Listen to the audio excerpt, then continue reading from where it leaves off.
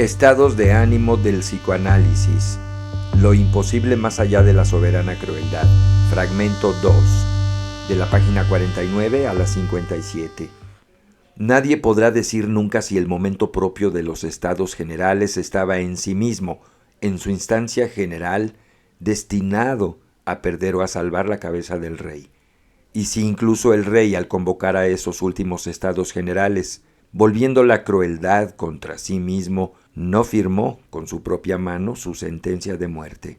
Quizá como Freud, al decidir que no asumiría la dirección de la IPA, pues se erigía así, no fue más que un primer ejemplo en la historia del psicoanálisis, en amo absoluto, todopoderoso e impotente en su poder absoluto de soberano, por adelantado, decapitado y resucitado. Más de 2 siglos después, los estados generales del psicoanálisis están destinados a salvar o a perder a un rey o a un padre de la nación. ¿Qué rey, qué padre y qué nación? Es demasiado tarde para esta pregunta. Estos estados generales se han volcado, sin saberlo, a consagrar la muerte del padre o a salvar la cabeza del padre o incluso, tercera hipótesis, a comenzar a pensar esta apuesta, o también más confusamente, aunque sería el precio a pagar por su originalidad las 3 a la vez, y entonces, transposición inevitable, ¿quién sería aquí el rey amenazado o el rey suicida? ¿Qué sería un parregicidio sin ni siquiera hablar del terror en psicoanálisis?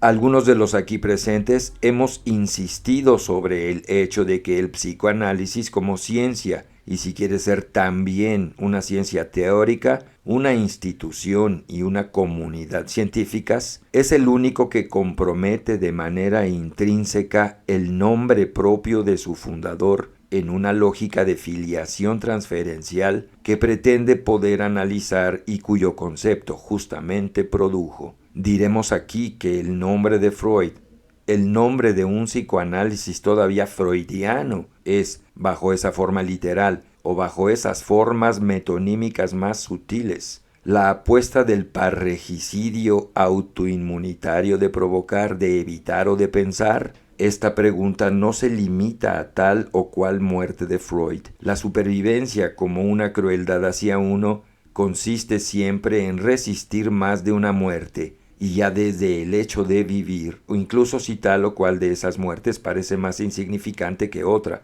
Por ejemplo, la que Elizabeth Roudinesco llama la muerte de Freud en Norteamérica. Freud ha muerto en Norteamérica, dice en su último libro.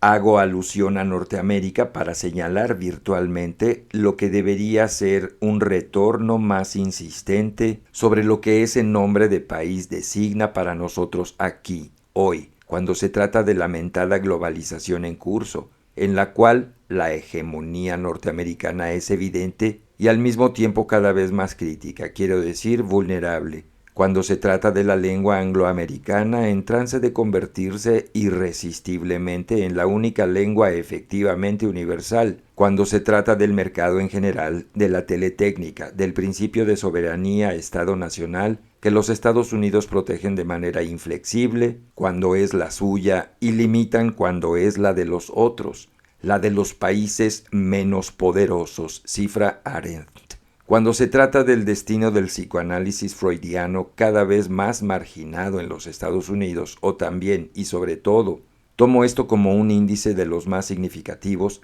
cuando se trata de la crisis convulsiva que ese país atraviesa por la pena de muerte. Habría aquí demasiado para decir sobre la historia pasada, reciente y presente de este problema, particularmente en los Estados Unidos. Siempre afirmando demasiado rápido que mientras un discurso psicoanalítico consecuente no haya tratado, y hasta donde yo sé aún no lo ha hecho, el problema de la pena de muerte y de la soberanía en general, el poder soberano del Estado sobre la vida y la muerte del ciudadano, esto manifestará una doble resistencia, tanto la del mundo al psicoanálisis como la del psicoanálisis a sí mismo igual que al mundo, del psicoanálisis al psicoanálisis como ser en el mundo, de este inmenso y urgente problema de la pena de muerte en su nueva fase, no puedo retener aquí más que una señal. La elijo debido al doble motivo de la soberanía y de la crueldad que decidí privilegiar. Por ser considerada cruel, a cruel and unusual punishment, la Corte Suprema de los Estados Unidos la estimó incompatible con 2 enmiendas de la Constitución norteamericana y suspendió su aplicación en 1972. Una de esas enmiendas condenaba los cruel and unusual punishments. Las ejecuciones se retomaron 5 años después al ritmo monstruoso que ustedes conocen, cuando algunos estados de los Estados Unidos consideraron, con el acuerdo de la Suprema Corte, que la inyección letal no era cruel, y esto a pesar de tantas convenciones internacionales sobre los derechos del hombre que, también ellas, en una gran cantidad de versiones equívocas, sin atreverse nunca a violar la soberanía de los estados, denunciaban, pero sin proscribirla, la pena de muerte como tortura cruel. En toda esta historia, desde la Constitución norteamericana a las modernas declaraciones internacionales que acabo de evocar, como en el discurso de la doxa común desde hace siglos, antes y después de Sade, es la oscura palabra crueldad la que condensa todo el equívoco. ¿Qué quiere decir cruel? Disponía Freud, de un concepto riguroso de esta crueldad de la que tanto habló como Nietzsche. Se trata de la pulsión de muerte, de agresión o de sadismo, etc. ¿Dónde comienza y dónde termina la crueldad? Una ética, un derecho, una política pueden ponerle fin. ¿Qué tiene el psicoanálisis para decirnos sobre este tema? Llamo la atención de ustedes sobre el rasgo de una aparente coincidencia, en verdad sobre un hecho que no creo fortuito, pero que merecería largos y pacientes análisis. Aunque no haya habido hasta ahora discurso psicoanalítico como tal, mayoritario o estatutario, ni discurso de Freud que critiquen expresamente tanto la pena de muerte como el principio de soberanía Estado nacional, resulta que, con la notable excepción de los Estados Unidos, única democracia de tipo occidental y dominada por una cultura cristiana, que mantiene la pena de muerte y sigue siendo inflexible sobre su propia soberanía. Todos los estados de la vieja Europa, cuna del psicoanálisis, abolieron la pena de muerte y, a la vez,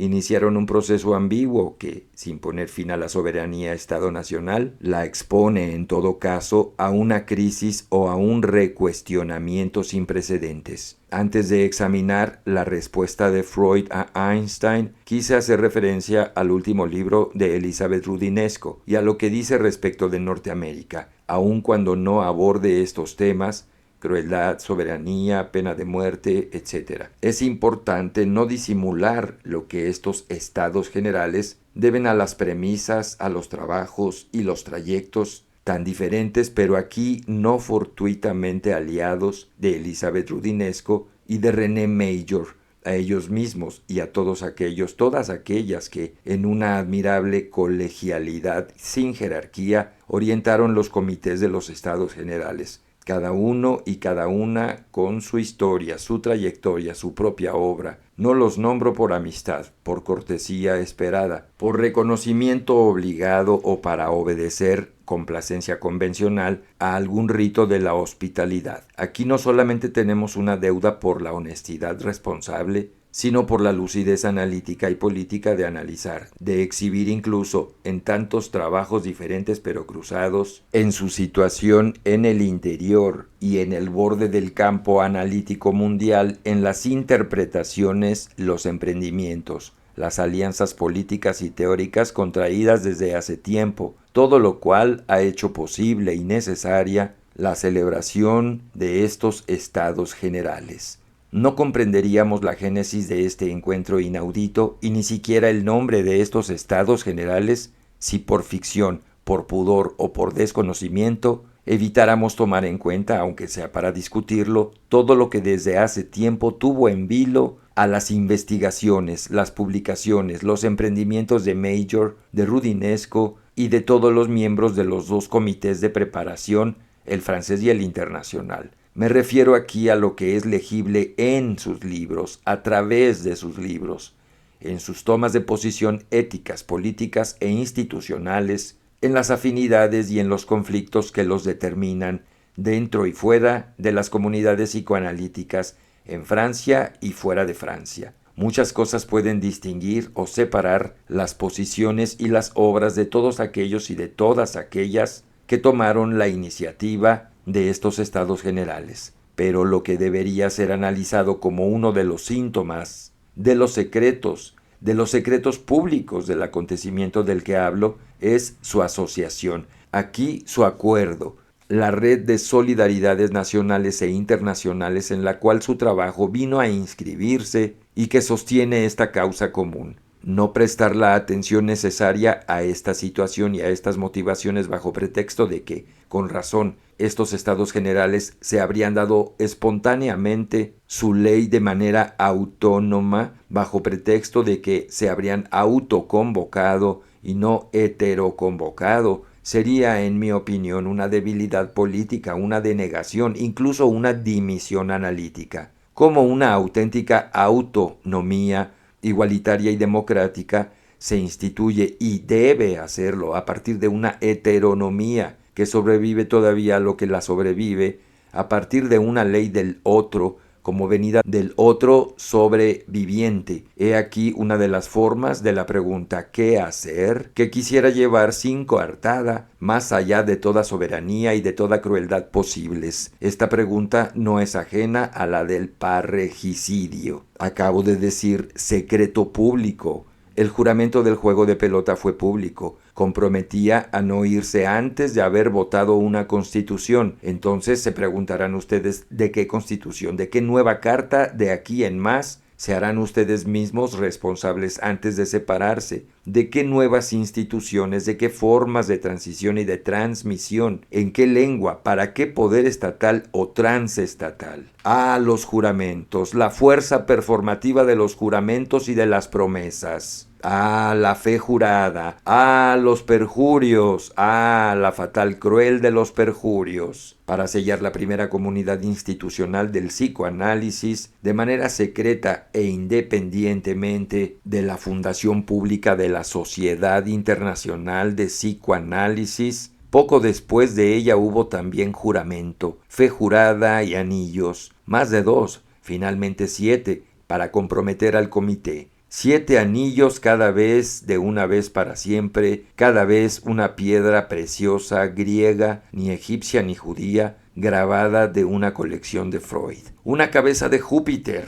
Renuncié por economía a hacer girar toda esta conferencia en circunferencia, en torno del contorno de este anillo. Más bien de estos anillos y de aquello en lo que han devenido o en lo que se perdieron, confiados en herencia o devueltos a su estuche. Hay que tomar en serio en el psicoanálisis y fuera de él esta cuestión del secreto en sus implicaciones éticas y políticas, ahí donde delimita la autoridad misma y el poder, la legitimidad de lo político, no solo de lo político en general, de su derecho de mirada sobre la vida y la muerte, la conciencia, los intercambios económicos o no de los sujetos ciudadanos, sino también de lo político en el interior de la institución analítica. El secreto profesional del psicoanálisis no debe ser, en todo caso pretende no ser, un secreto profesional como otro. Inútil precisar aquí, ustedes las conocen mejor que yo, las consecuencias sociales, económicas y políticas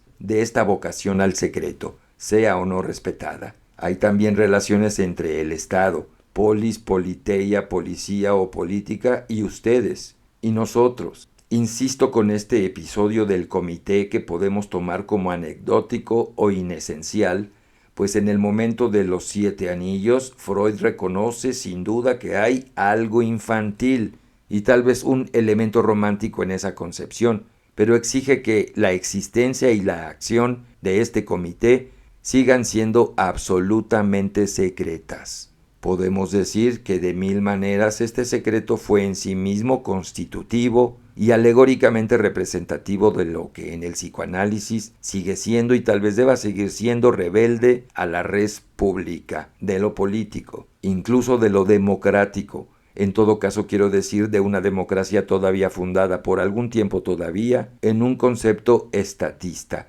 Estado nacionalista, soberanista, y por lo tanto ciudadano de lo político, pero rebelde también a la publicidad de su propia institucionalización, puesto que el comité secreto seguía siendo exterior e inaccesible a la asociación internacional. Podemos preguntarnos lo que Freud hubiera pensado de los estados generales mundiales del psicoanálisis. En 1913, antes de la Primera Guerra llamada Mundial, todos los grandes discípulos de Freud son europeos. Al igual que la del Comité Secreto, la escena de la IPA es esencialmente incompatible con una idea de estados generales. Esa incompatibilidad puede también ser descrita como una alergia a su mismo otro.